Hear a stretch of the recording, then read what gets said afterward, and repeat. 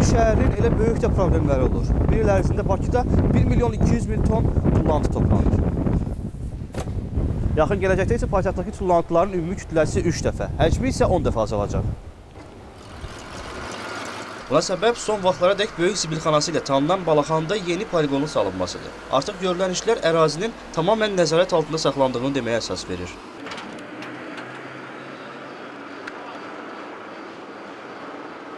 Əraziyə 2008-ci ildə təsis olunan Təmiz Şəhər Açıq Səhmdar Cəmiyyəti nəzarət edir. Təkcə nəzarət etmir, həm də burada bir sıra tikintilər həyata keçirir.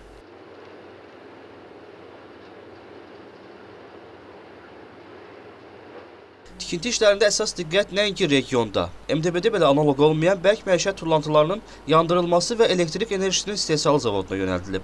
Belə ki, 4-cü nəsil texnologiyanın tətbiq olunduğu zavodun bu ilin sonuna dək istifadəyə verilməsi planlaşdırılır.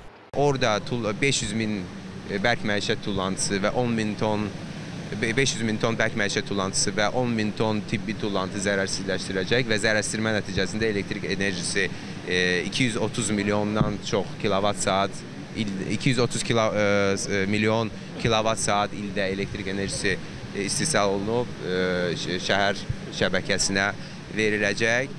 Bərk məişət tullantılarının yandırılması zavodunun yaxınlığında isə regionda ilk olan avtomatik çeşidləmə məntəqəsi qurulur. Hazırda tikintisi davam edən məntəqə may ayında istifadəyə veriləcək.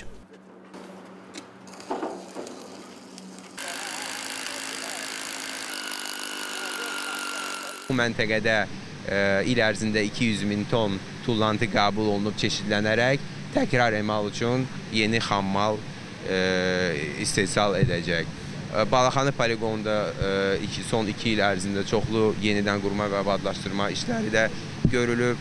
Gördüyünüz kimi ərazidə maşınların ölçülməsi üçün tərəzi quraşdırılmaqdadır. Bu tərəzi inteqrasiya sistemi ilə birbaşa baş ofisə məlumatı verəcək tullantıların çəkisi haqqında. Eyni zamanda Balaxanda Eko-Sənaye Parkı da yaradılır. Həmin parkda təkrar emalla məşğul olmaq istəyən yerli və xarici şirkətlərə dövlət güzəştli şərtlərlə imkan yaradacaq.